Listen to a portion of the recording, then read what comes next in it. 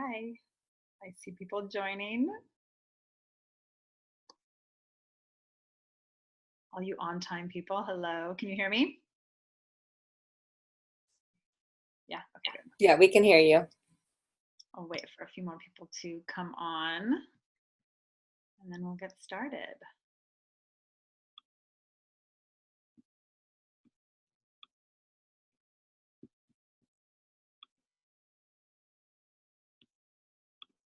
Hi. Can you guys hear me? I can't hear Joanna. You can unmute yourself if you all want to say hello real quick since we're just getting started. Hi. Hi, Becca. Yay, I'm so glad you decided to be on here, Jojo. I was like, I hope Jojo's doing it. Yeah, I had a meeting that Hey, was canceled. Kelsey. Sandy, To do Chelsea. Oh, people are arriving. We're arriving. Do you want us to be on mute? So one thing, I have you all on mute right now, Okay. which is fine. I'll go back on mute then. Noise. Okay. I'm going to introduce how to navigate around Zoom in just a minute.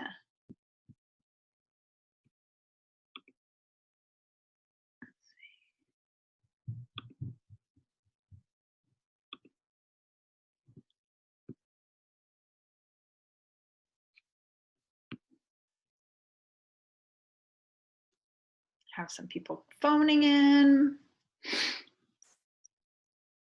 I'm going to give it just one more second. And I did hear from a lot of people that they're going to get the recording. They couldn't make it. So I'll wait one more minute and then some people are hopping on. Jenna, Lori, Becca, Julie. Some people are just phone numbers. I can't see who you are yet. You can, if you want to change how your name is represented, I think you just click on the lower left-hand corner or your upper right-hand corner, actually, and you can rename yourself. There's Monica.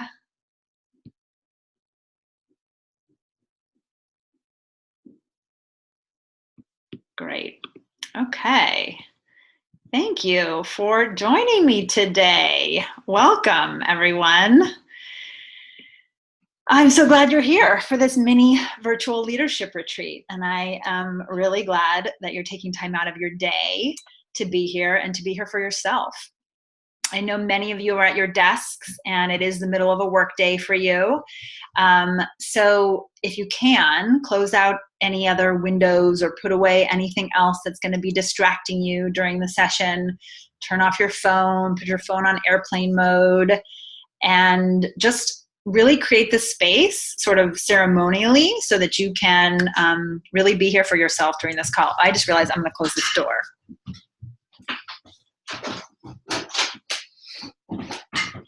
There we go. So now I've finished creating my space. I have my cup of tea, which I just spilled a little.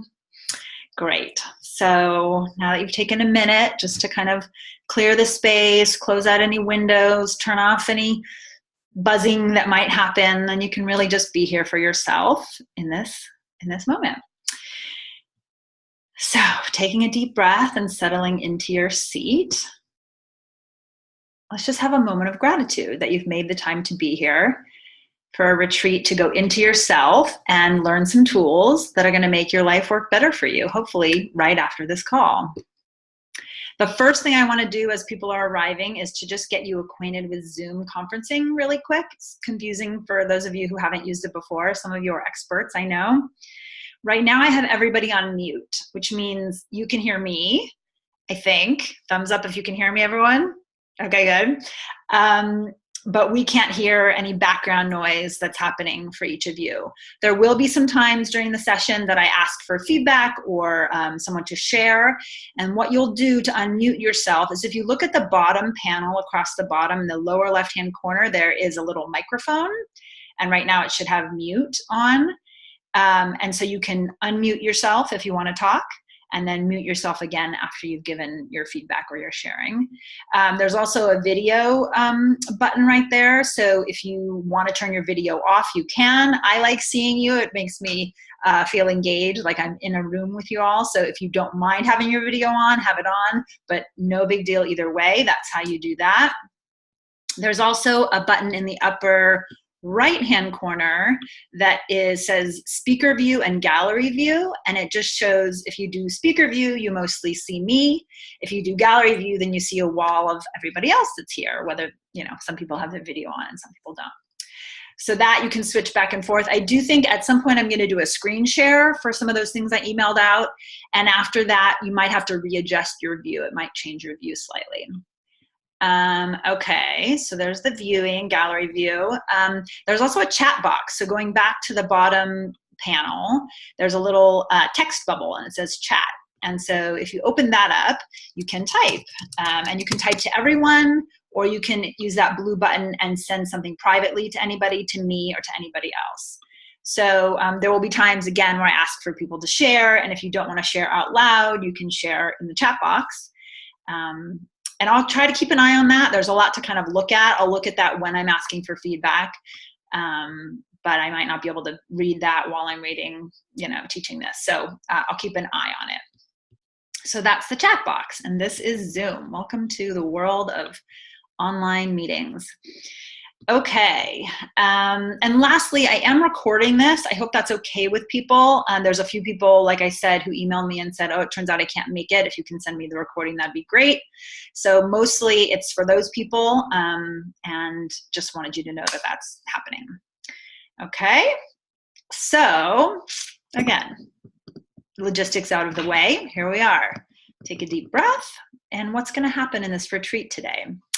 Today, you're going to learn 3 ways, at least, that you can start to become a world-class leader in your own life, so both your work and personal life have more authentic ease, joy, and success.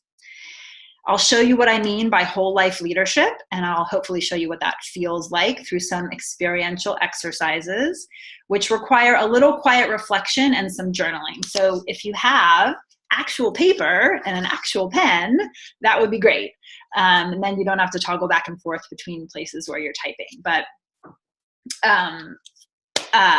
anyway, so having a little paper might be helpful. And all of this is recorded. So if you don't get to what we're doing in pen and paper now, you can also go back to it. So after the experiential exercises, we'll have a little debrief, and at the very end, we'll have some time for some question and answers. So those of you who can stay at the end can get your questions answered, and I'll also give you an opportunity to be able to follow up with me afterwards. So no pressure today. Okay. So just to get started, I want everyone to just close your eyes. You'll notice this is a tool I really like to do, which is this going inside, closing your eyes and kind of connecting inside. And this is just going to be a super quick one. I just want you to go inside, take a deep breath, and think about, and then jot down on your paper, one thing you're celebrating in your life right now, personal, professional, health-related, anything. Just something that's going really well that you want to acknowledge yourself for, or acknowledge the world for. And 2, one thing you really want to get out of this retreat today.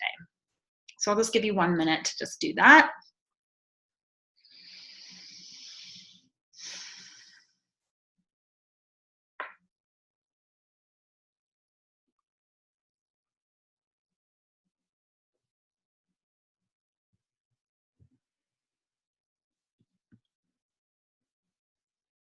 All right.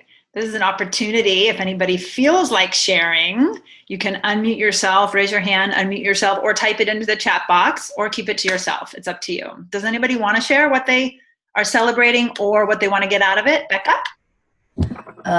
So I'm celebrating. Oh, you have to unmute yourself. Oh, did I did. Upper right hand or in the lower left hand corner of your screen. Do you see that? I did.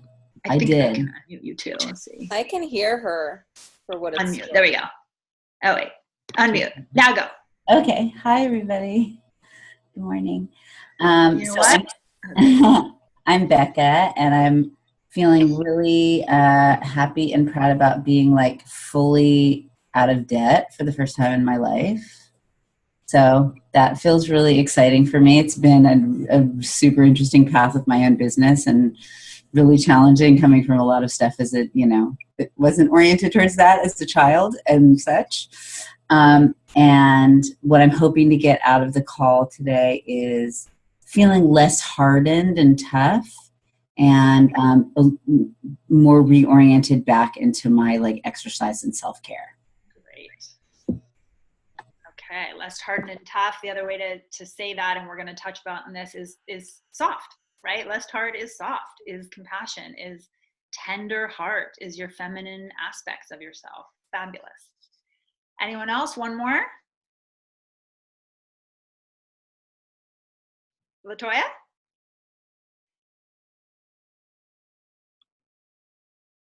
Are you muted? Can anyone else not hear her? Okay, you can't hear her. Toy, can you unmute yourself?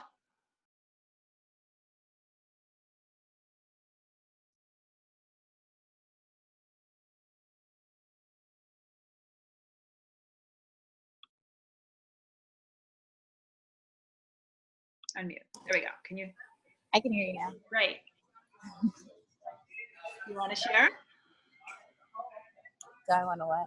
Oh, you know what? You must have just been waving hello. Forget it. Yeah, I was just saying I thought you wanted to share. I'm going to mute you again. There we go. All right. So, all right, great. Thanks for sharing, Becca. Anyone else quickly want to unmute themselves and share? Feel free. Otherwise, I'm going to move on. Great.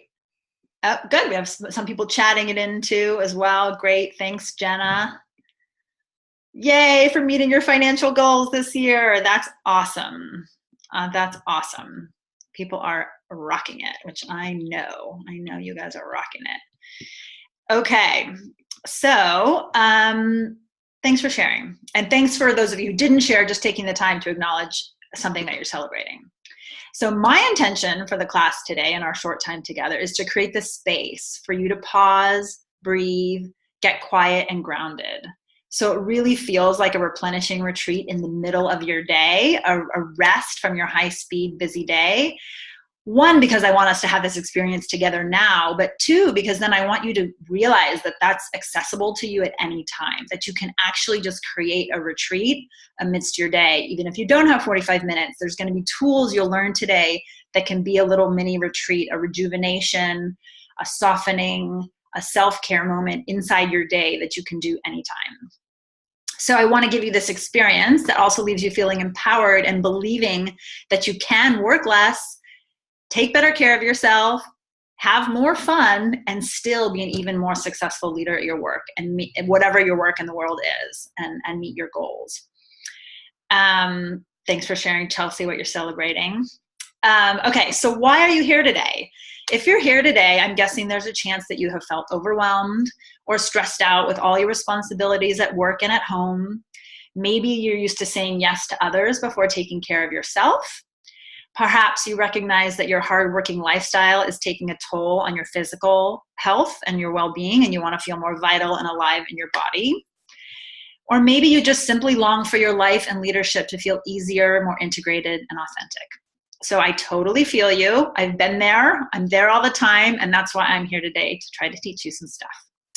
So I do see some familiar faces on here, but there's also some people I don't know, and I want to give you a little taste of my story just to introduce who I am. One, so that you can understand why I'm teaching and why I'm so passionate about getting this message out to women everywhere. So I'm Kelsey Lowitz, and I'm a whole life leadership coach and an acupuncturist. I'm also a mother to a 6-year-old girl. I'm a yoga lover, and I'm a recovering type A. I am an Enneagram type 2 with a 3 wing, if that means anything to any of you. I'm based out of Oakland, California, which is in the San Francisco Bay Area. I know some of you are here, but some of you are elsewhere. And I'm doing this work in the world that I love, that's aligned with my values and really makes me come alive. But I'm 45 years old, and I had a long and winding road to get here, and I'm still on my own journey, so it's continuing. So I'll just tell you a little quick story about my early career, because it informs why I'm teaching this. Through my early career, I jumped around and did a few things. I was a teacher, I worked in biotech, and then I made my way into high tech and worked at Leapfrog and Art.com, so some e-commerce companies. And I worked my way up the corporate ladder in terms of at these various jobs in terms of work complexity, responsibility, salary, and leadership opportunities. I worked harder, smarter, faster to get the results that I got, and I was really dedicated to the climb. I held myself and others to really high standards. I was dedicated. I worked long hours, often sacrificing my mental and spiritual and physical health. And my proven success formula has always been, let someone else tell me what needed to be done, and then I would do it the very best I could. So basically, follow other people's goals and objectives. And you might say during this time in my career, I was really in my masculine energy, and I was in my thinking and strategic mind, very left brain, and I didn't actually have very much access to my feminine side or my heart. I wasn't embodied. I didn't know about my feminine leadership qualities. I was sort of cut off from myself. I wasn't integrated in my life and work. So whereas by all outward measures, it looked like I was pretty successful, and deep down, I mean, I was, but deep down it felt hard. I was exhausted and fulfilled and inauthentic. And so as I continued this career climb, my health and relationships suffered. And in 2004, I had a big personal shakeup and I got a divorce. This shattering personal moment led me to do some soul searching, thank goodness. It cracked me open and forced me to look inside and see what else was off. And so I, out of necessity, started to look inside and ask, what do I really want? What do I feel? And there were no clear answers at first, but with support, I learned how to slow down, connect with my heart, and befriend myself, really bring compassion to myself. Compassion is one big part of my journey.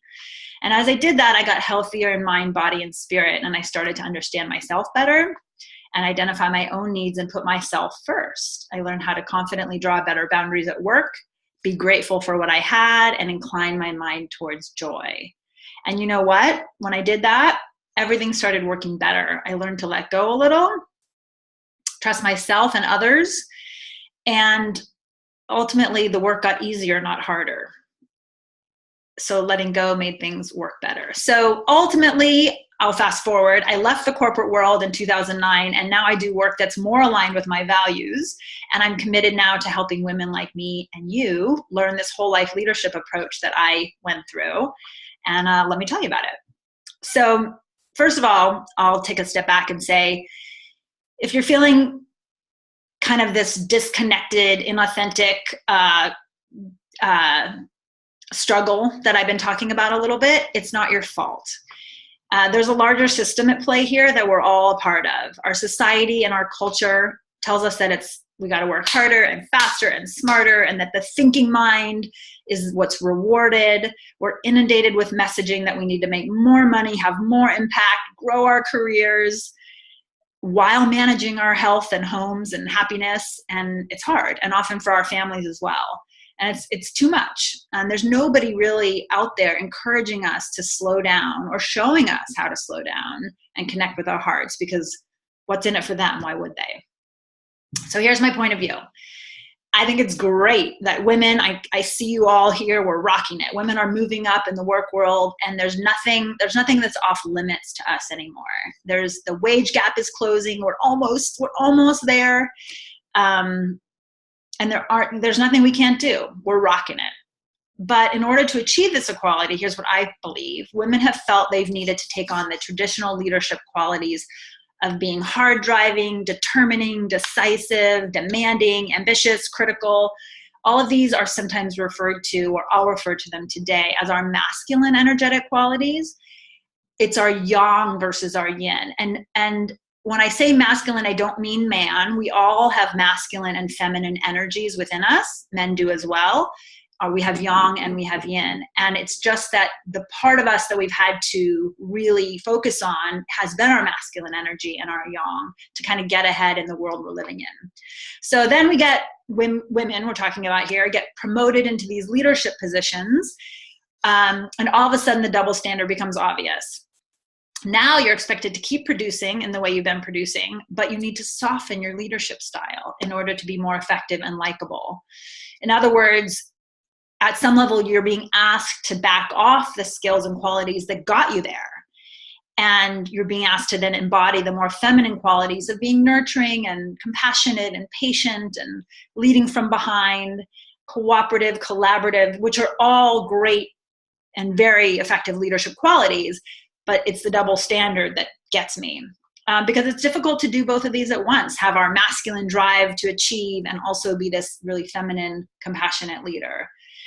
And women, I think, feel like when we get this feedback that we're doing something wrong and we should know how to do this. And so we work harder as a solution. But really, and there's no support from our managers or the leaders at our companies to do this because, frankly, they don't have time to mentor in this way, number one. And number two, they likely don't know how to do this themselves. And it's pretty hard to do both at once. And it's, frankly, it's a little bit of a sexist request, I think, because men are generally not asked to do this. You know, you need to be both your masculine and your feminine at the same time.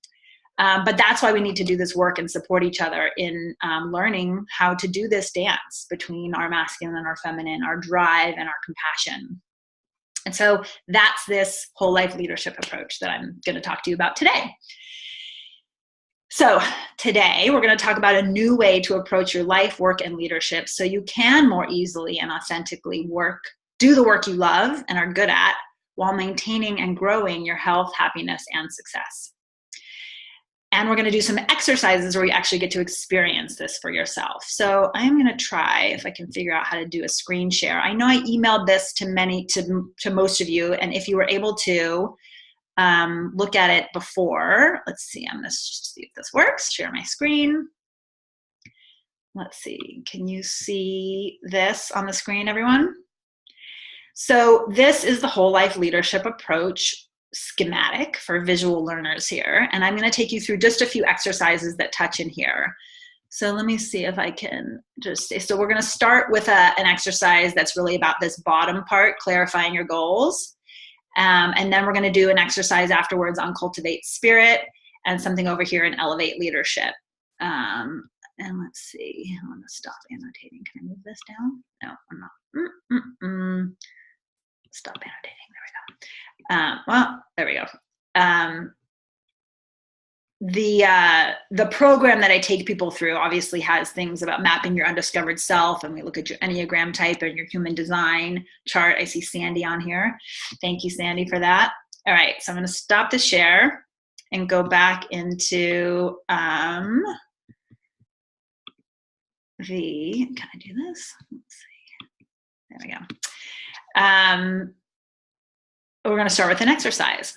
Okay, so the first exercise is, like I said, in that bottom part of the petals of the leaves of the stem, and this is in clarify goals. And we start here because in life, when we're moving so fast and working towards other people's goals, we often lose track of our own.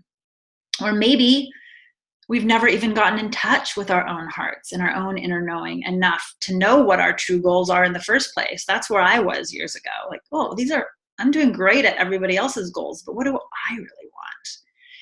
And when you know what your own goals are, you can be a better leader. Okay, so the purpose of this meditation is to get grounded and connect with your heart space to get in touch with your heart's desires. So start by getting comfortable in your seat, readjusting if you need to, putting your feet on the ground, and closing your eyes gently.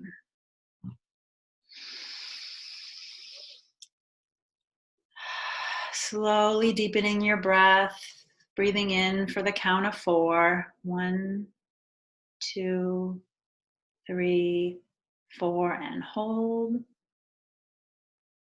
And release. 4, 3, 2, 1, and hold.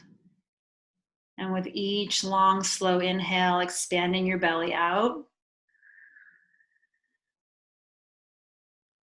And with each exhale, pulling your belly back towards your spine. I like to relax my shoulders, lengthen the back of your neck a little bit, tuck your chin.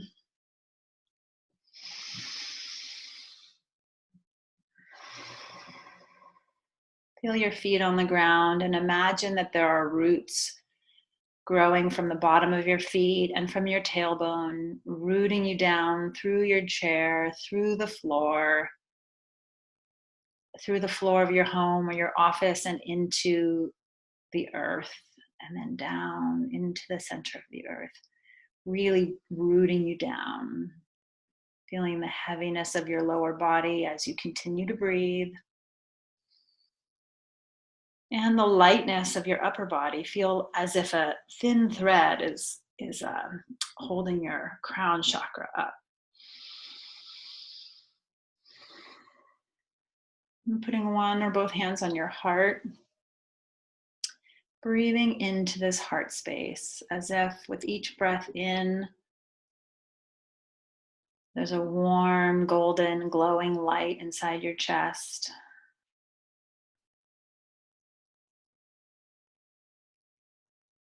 There's the spot of your inner knowing, softening to your heart.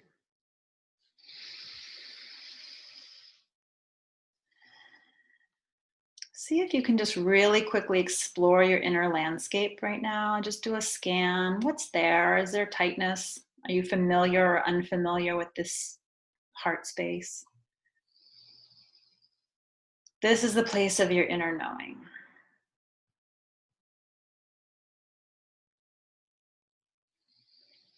Now, as you continue to breathe deeply, I want you to imagine in your mind's eye, I want you to imagine your ideal life 6 months from now. Make it up. Just let your heart see it. Try not to think too much about it. Don't try to force anything if something isn't coming, because then you're going to go into your head.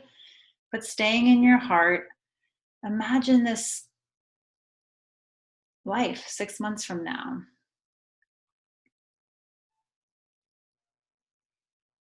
Don't get anxious if you don't see anything. Maybe you just have a sense of the essence or the feeling that you want to cultivate 6 months from now.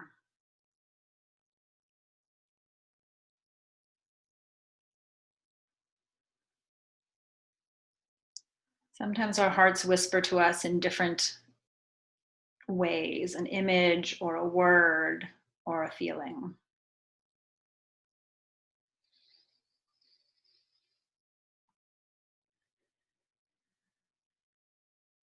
If you feel blockage, maybe in your throat or in your jaw, try to loosen anything that might be holding you from feeling your heart's desire.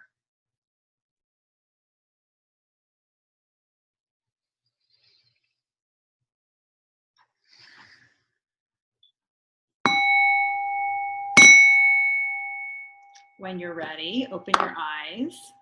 I know this was a little short meditation, but when you're ready, open your eyes and just take a minute and jot down any notes about what you saw, felt, or experienced in this short meditation. When you write your notes in the present tense as if your vision is happening. So I feel this, I'm doing this. So I feel healthy, calm, and relaxed. I'm experiencing, right? So embody this vision for 6 months from now.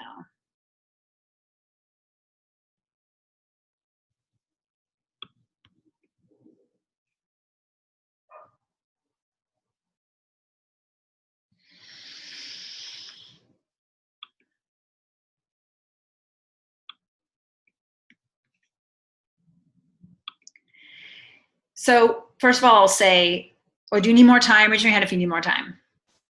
Okay, I'll give you another minute.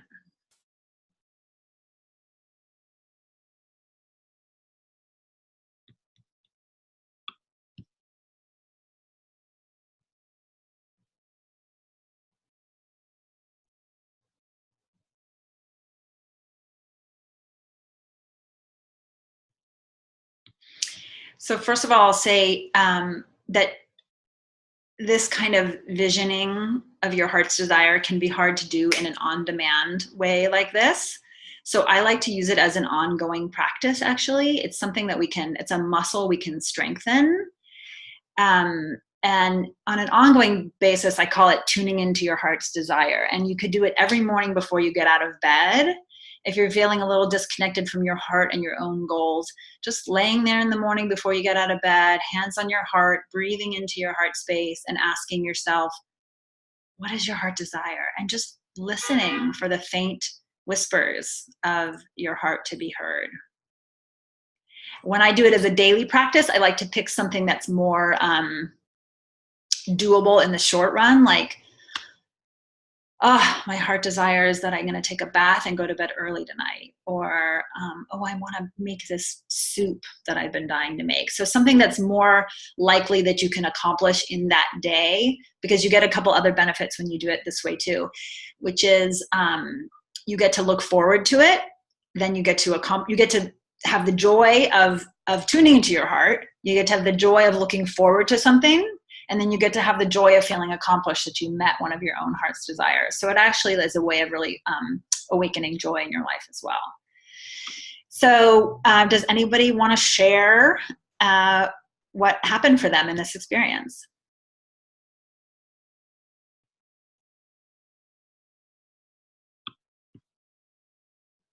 You don't have to. And raise your hand if you want to share, or you can just unmute yourself.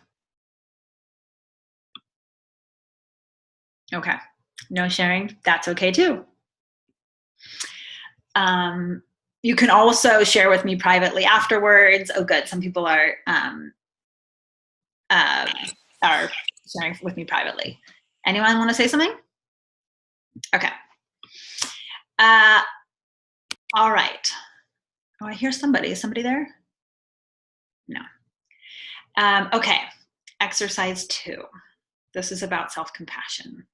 I will say that one of the most impactful tools I've learned in my own life and on my own journey has been a self-compassion practice. What is compassion? Many of you probably already know this. Sorry,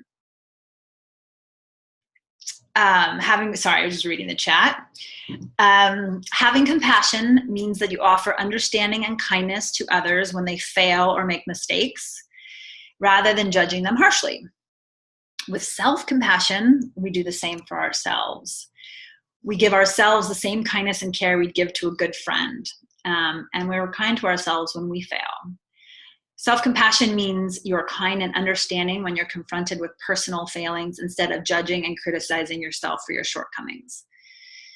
After all, whoever said you were supposed to be perfect?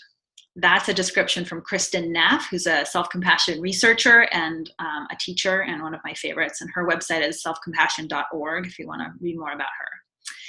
So I'm sure right now we could easily think of ways that we've been hard on ourselves recently. I can think of several times myself just in preparing this talk. So rather than have you all share how you've been critical, I'm going to share a story of a client actually. So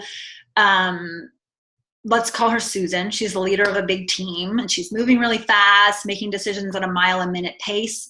And when she's moving really fast and she's often overworked and a little bit off balance, she has a harder time giving appropriate feedback to her team. And she's gotten in trouble for her overly direct style because it can come off as more critical, less sensitive. And she's actually accidentally offended people on her team before. So she's working on it, she's working on it, and we're working on that in coaching. And she knows it's an issue, and we talk about ways that she can slow down and sandwich the feedback in ways that people can hear her better so she can get the results she wants. But like all of us, she's imperfect and she fails every now and then. But then she beats herself up and overcompensates. So we get into this cycle. So are you familiar with the concept of the second arrow in Buddhism? So I see some people nodding. So the concept is the first arrow is the bad thing that happened, either to you or a mistake you made. And then the second arrow, and then that is what it is. That just is. And the suffering, the additional suffering that we create is that second arrow, when we spend a lot of time focusing on what went wrong or what we want it to be different than it was, that's the second arrow, and that's where the suffering is created. So I'm going to teach you a self-compassion mantra that helps you sort of soften that second arrow and let go when something bad has happened to you, or when you're suffering in some way, or when you've made a mistake that you feel bad about. So I emailed you the self-compassion mantra, which just is helpful to have with you. This is part of the Cultivate Spirit when we talk about the whole life leadership approach. And I'm going to give you an overview of how it works, and then we'll do it together. So there's 4 parts to the self-compassion mantra. The first part requires mindfulness or mindful awareness of the present moment and how you're feeling. So I'm just going to go through them all quickly, and then we'll do it together. So you say to yourself, you recognize what you're feeling. So this is a moment of suffering. Even just that's good enough. I'm feeling really anxious right now. I'm feeling really bad about myself right now. I'm feeling really sad right now, angry right now. So you can just get in touch with what you're feeling. And so partially that mindful awareness takes it from the emotional center of your brain into the prefrontal, the neocortex, where you can actually be more creative and have more solution-oriented thinking. The idea is not to not feel it, but to allow yourself to feel it. So mindfulness is the first step. Then what happens when we're being really hard on ourselves is we tend to isolate and feel like we're the only ones feeling this way, and why am I feeling this way, right? That second arrow. So the second step is to break the isolation, connect with the common humanity of this feeling. So you say something like, I'm not alone. Suffering is a part of life. Everyone feels this way sometimes.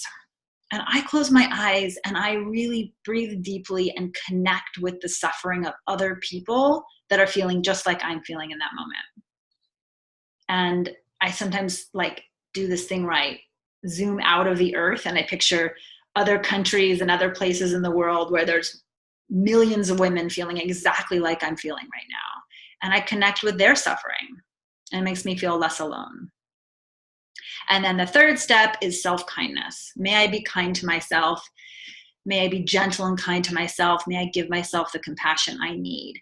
And what I do here, and I recommend as you're learning this tool, is to imagine you're giving kindness to a childlike version of yourself, because sometimes it's hard when you're really beating yourself up to switch it and be kind. So could you give compassion and kindness to a child version of yourself, or to another child, or to a dear friend who is having this same issue? What would you say to them? Might you give them a hug and say, oh, it's going to be okay. You're going to be okay. It's going to be okay. We're going to get through this. Really sort of soften your heart as if to a child or a dear friend, and turn it on yourself. So what's important in all 3 aspects of the self-compassion mantra is that the aspects of mindfulness, common humanity, and kindness are touched on. And it's not so important exactly the words you use, but I've given you in that handout some examples of words to use. So now let's do it together. So to do this, we're going to have you go inside and close your eyes again. And take a deep breath. And bring to mind a difficulty that you're having. A mistake or a failure you've suffered recently. One that maybe you're increasing your suffering by the second arrow, and you're making yourself feel worse somehow. When you have an image of it, just feel that suffering for just a minute. We're going to clear it up, but just feel that suffering and put your hand on your heart, or both hands.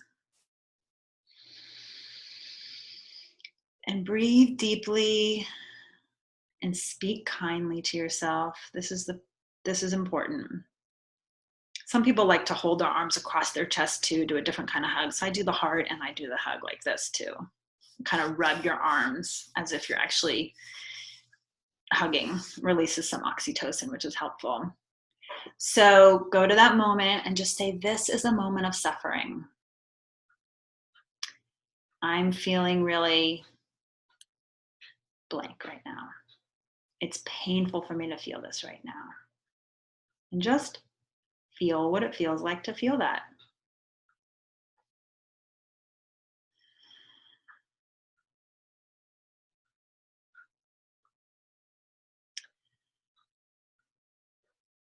Suffering is a part of life. Now we're going to link you to the common humanity of this feeling.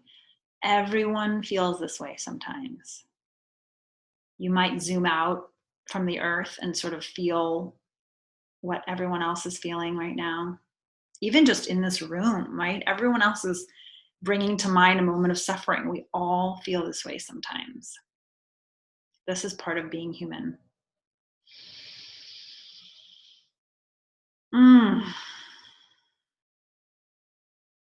May I be kind to myself.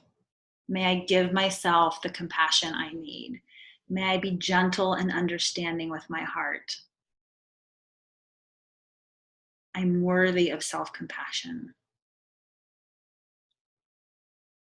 And while you're in this moment, I'm just going to read you a few different phrases that you can end with and just see what works for you today. And I'll email this as well, again, if you didn't get it.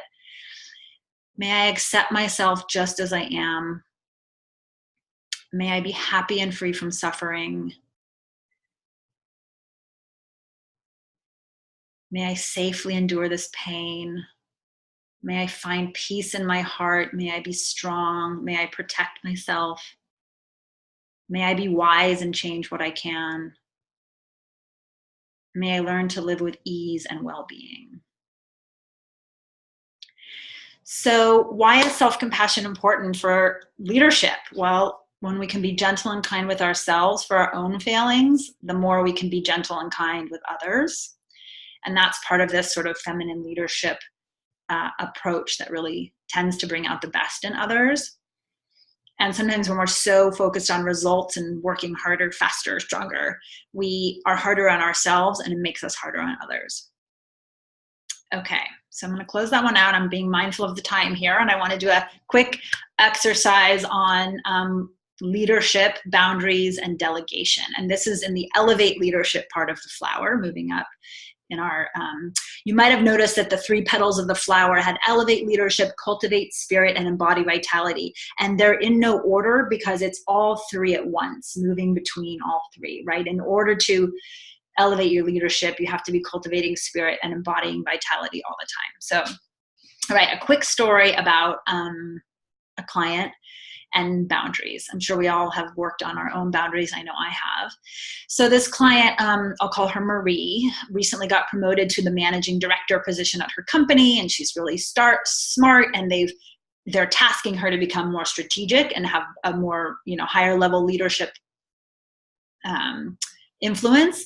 And she's super smart and hardworking, and she has a lot of people that like to come to her for everything all the time. She kind of moved her way up the ladder by being able to do everything. And so people come to her, and she likes to have influence, and she likes to be needed. It feels important when people come to her. The problem is when everyone comes to her all the time for questions, they're pinging her and interrupting her. While it's very rewarding for her in the moment, at the end of the day, she's overwhelmed, exhausted, and she doesn't have a whole lot of time for her own higher level strategic thinking, which is what she really wants to be getting to, and it's what they really need for her to do. So there's a boundary issue at work here.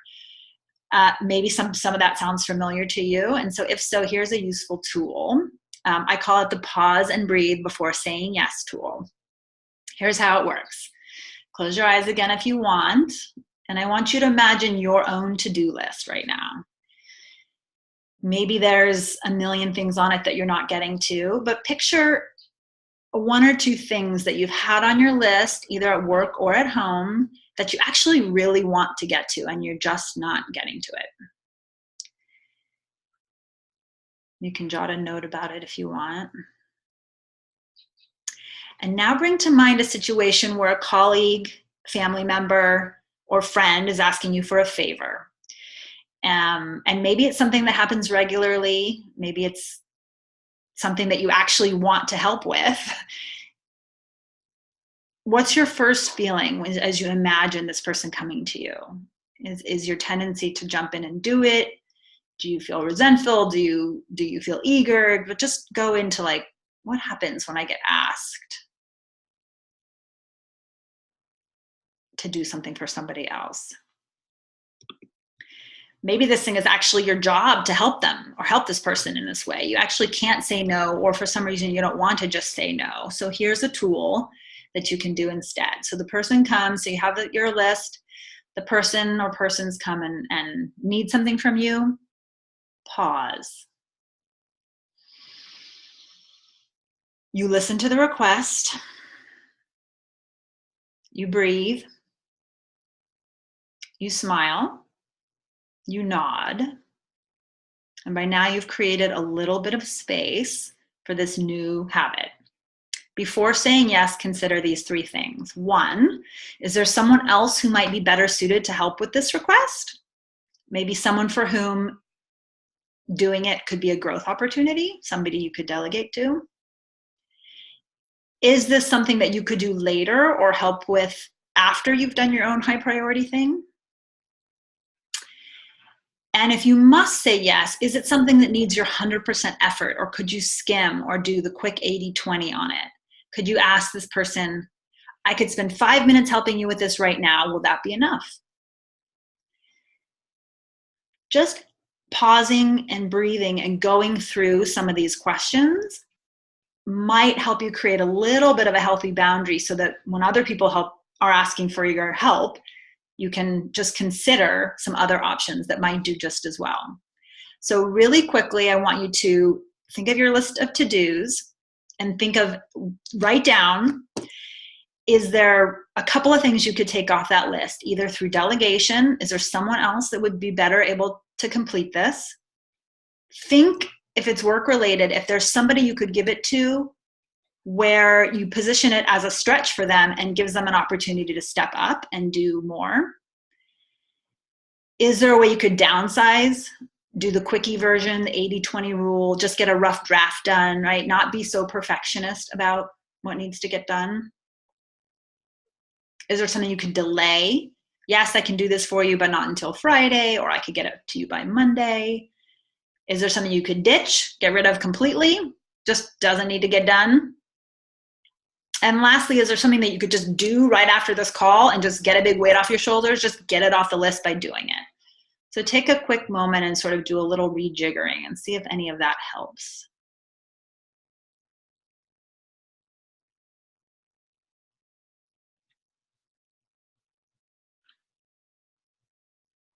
So my challenge to you is, can you try this boundary exercise, this boundary visualization every day for the next week and see how it transforms your to-do list and your relationship to your boundaries around your to-do list.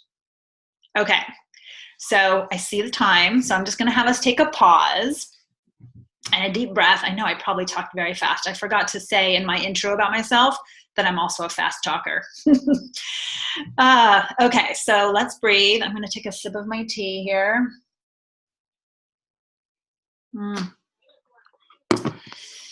And just imagine that you're going to be able to integrate everything you learned today in this very short time. And let's end here the way we started. I want you to go inside and ask yourself to think about what resonated with you about what you just learned. Maybe one of those exercises really triggered an aha for you. And what's one action step you can commit to taking after this class? I would love it if you would chat something to me, or if you want to raise your hand and say it out loud, that's also fine. And we can talk about it later too. So what's one thing you can commit to taking from this class and incorporating into your leadership style, your whole life leadership style?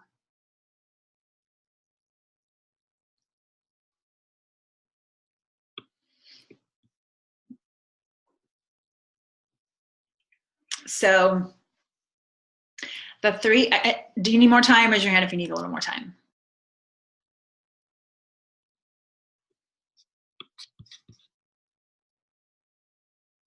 I see people still writing. I love the nod and smile. Pause and breathe. Yes. The pause and breathe before saying yes. That's the best. Connecting with your heart's intention. Oh, I love it. Perfect, guys. Great. Morning intention. Great. Thanks for sharing, everyone. All right. Keep sharing as you need. So just in summary here, the 3 exercises that we went through today are a taste of some of the pieces of the whole life leadership approach. We went through the heart's desire, which is part of clarifying goals, self-compassion mantra, which is part of cultivating spirit, and the boundaries and delegating exercise, which is part of elevating your leadership. So I covered a lot of content in this call in a pretty fast amount of time, a short amount of time. And I know that actually implementing these things can be hard to do without support. And support makes it more fun and joyful and easy. So that's why I do one-on-one coaching with people on the whole life leadership approach. And today I'm not going to sell you on it. I just want to offer a free consultation if anybody wants to talk to me about it afterwards. If there's an exercise in here you want to work through again, you want to go deeper, you have a question about some other part of your leadership style that's dragging you down, and or you want to touch on any of the other pieces from the whole life leadership approach we didn't get to. I think the consultation itself will be really enlightening and fun, and probably deepen what you learned here today.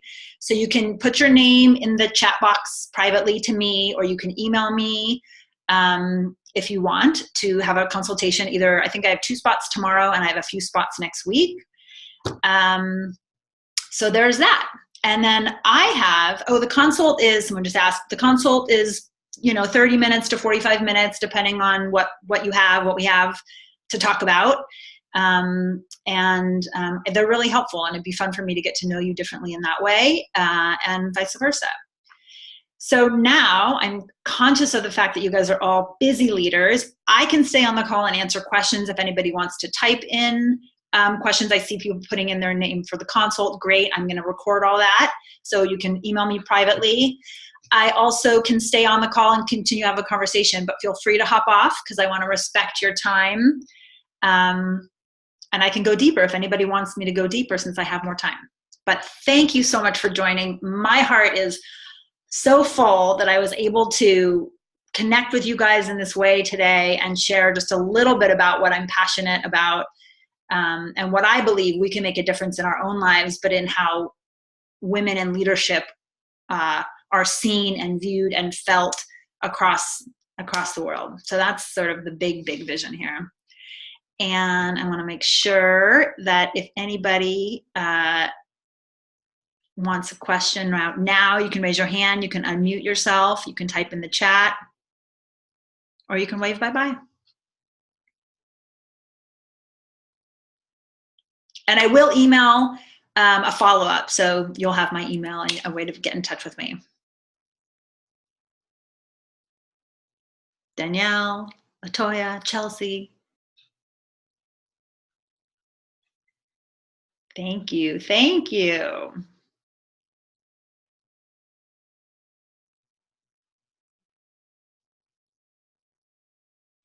Oh, I also, before I let you all go, I will also be sending you a little link to give me some feedback. I would love feedback as I improve this presentation, as I improve my offering to people like you. I would love to know what resonated, what didn't, what you needed, did I talk too fast, that kind of stuff. So if you don't mind giving me a little feedback, I'll email you a little survey after, not right after this call, but soon. Good, I'm getting some chats as well. It was so nice to see some new faces here.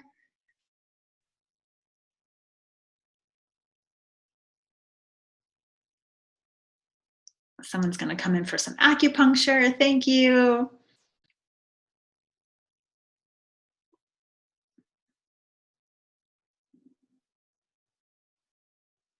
Everyone's so quiet.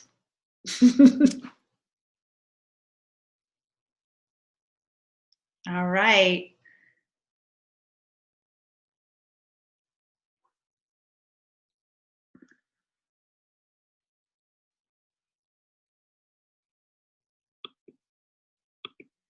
Thank you all for coming. Kelsey Lovitz. I'm giving my email for any further questions.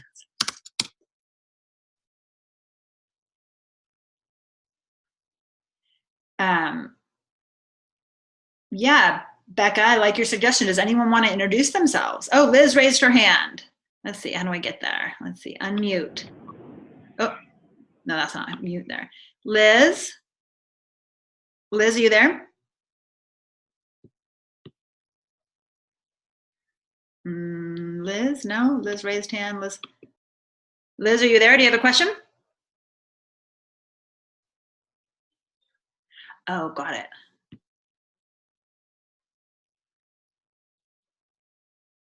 Perfect.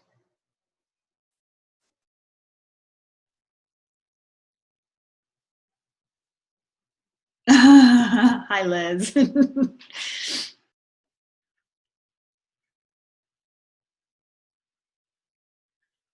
That's a good idea, Becca. Thank you. All right, I'm going to stop the